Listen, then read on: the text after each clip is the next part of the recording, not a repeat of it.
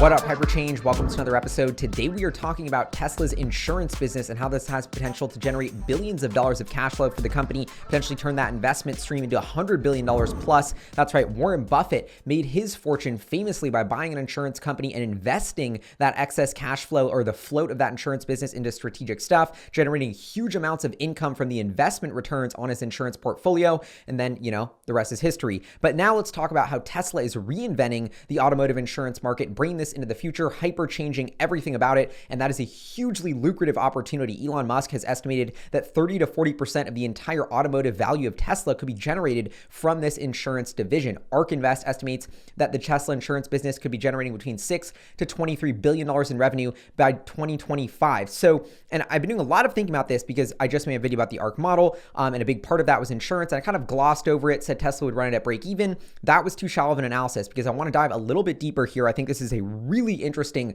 component of the automotive business that's worth spending some time on. So Tesla's insurance business launched in 2019 in the state of California. That was their home state at the time. So they launched this program just in the state of California where you could actually get insurance via Tesla. This is sort of unheard of in the automotive market. Usually you got to call Progressive, Geico, make a bunch of calls, 15% could save, or 10 minutes could save you 15% or less in your car insurance, whatever. So, but now Tesla's like, nah, just click and get insurance with us. We sell you the car, we'll sell you insurance. I love that closed loop system. And they were able to offer prices 30% less than people were offering because all these insurance companies, they didn't know much about Tesla. They were kind of actually taking advantage of these richer Tesla customers and charging them more than the market price. So that incentivized Tesla to help create their own insurance division. And if you're thinking more far ahead about where Tesla's going in the future of the car, of course, we all know that things are going to the self-driving direction. And Tesla's autonomous vehicle software has to be insured by someone. If the car is driving itself, yes, the driver's supposed to be watching it and they're, it's still in beta and they're liable for whatever's going on. But if the car is totally driving itself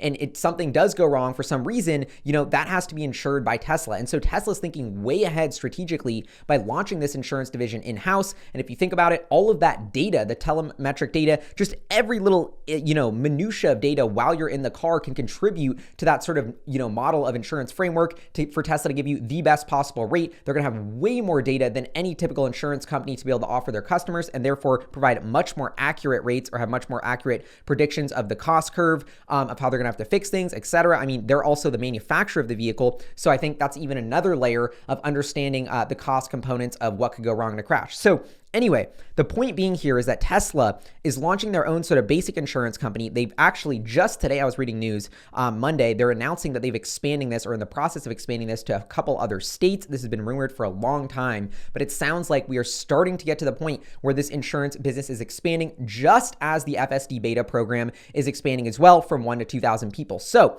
why I think this is so fascinating is because as Tesla creates its insurance business, they will have a huge amount of capital up front that they will be able to invest in other projects. Now, if you think about, a lot of the fascinating trends about as Tesla's building vehicles, why are they trying to localize their factories? It's a cash flow problem. They want to get paid for the car before they have to pay suppliers for the parts. This is sort of the holy grail of manufacturing where they're actually generating cash as they're scaling because literally, they build this car, you order the car, they build it, ship it to you within 30 days, let's say, they don't have to pay the part suppliers for 60 days. So the insurance business is sort of that's kind of a microcosm of how the cash flow would work where they're getting paid up front for all these premiums and then they have to pay out, whatever expenses may come up, but they keep collecting more and more premiums as more and more people sign up for the program. Their premiums are just stacking up and you have this massive growing lump sum of investable capital as Tesla has their own insurance division. And then a huge other tailwind to this is if you look at hypercharts.co/Tesla at the safety data page we put together, this is from Tesla's own safety data, you can see that the Teslas are on autopilot are already dramatically safer than anything else on the road, or at least the average, NHTSA's average of crash per million miles. The Tesla looks to be significantly safer because of the software they're embedding in their vehicles. So in theory, the amount that they're gonna have to pay out is less than the typical automaker because their cars are safer with software. And as that software gets better, the payouts will decrease over time. So that means, if the premium stays the same, but the payouts decrease, those margins are going to juice. But the point being here is Tesla is going to be collecting all of this cash with a minimizing liability stream as their cars get safer, and they're going to have to be able to invest it, or they can invest it into whatever they want. And so I have a couple ideas of how that could turn an extremely lucrative thing. And like I said at the beginning of this episode, that's how Warren Buffett made all of his money, not necessarily the insurance business profits, but the profits from investing that capital. And so now you got to be scheming. Zach Kirkhorn, the brilliant CFO of Tesla, where's their head at? What did they just buy? Bitcoin, genius move, already up $1 billion on that. If Tesla were to deploy all of their insurance premiums into Bitcoin, they could even take a loan against that Bitcoin out if they had to pay out something for a crash or whatever. Tesla could be building up a quickly what would turn into billions of dollars of Bitcoin position just by collecting these insurance premiums. So you essentially have Tesla's insurance investment arm accumulating Bitcoin, paying out on this credit line backed by their Bitcoin. And if you calculate $1,000 a year on average for the average customer, let's say, to pay for their insurance times 1 million vehicles on the road, that is $1 billion in insurance cash flow. Not all of that's going to be investable, but that's $1 billion in top line per year from this insurance business. And that could grow quickly. 2 million, 3 million, 5, 10 million cars in the fleet. You could be generating billions of dollars of annual investable cash flow from this insurance business. And so my theory is if Tesla gets gutsy with this business and starts throwing it into Bitcoin, this couple billion in Bitcoin, as Bitcoin doubles, quadruples, quintuples, and we're putting billions into it, this couple billions of dollars of cash flow stream turns into tens of billions, eventually over $100 billion potentially by the end of this decade if we just funnel all of our insurance premiums into Bitcoin. So I love that sort of fascinating idea. But here's another one to throw at you. What's the problem with Bitcoin? Consumes all this energy. How are we going to build out renewable energy infrastructure and pay for that to establish a sustainable crypto network? Well, an idea that we could do is Tesla, and this is always kind of an idea I've had on the back burner for if Tesla had crazy amounts of capital. What are they doing in Texas after the power goes out?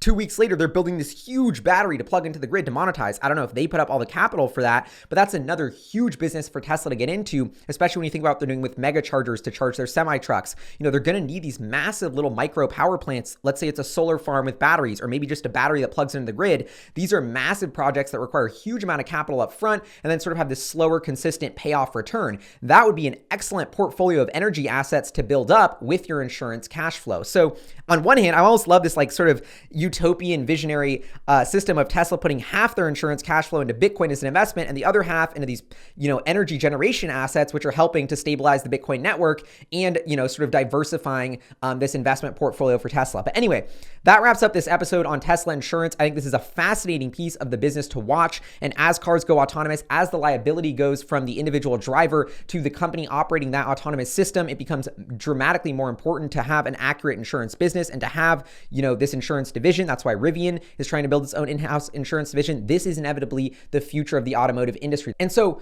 I also wanted to open source this up. What is your idea of how this insurance business will expand? What do you think Tesla should do with its excess capital? Is there an investment strategy here that makes a lot of sense to tie into the core business like this power plant scheme?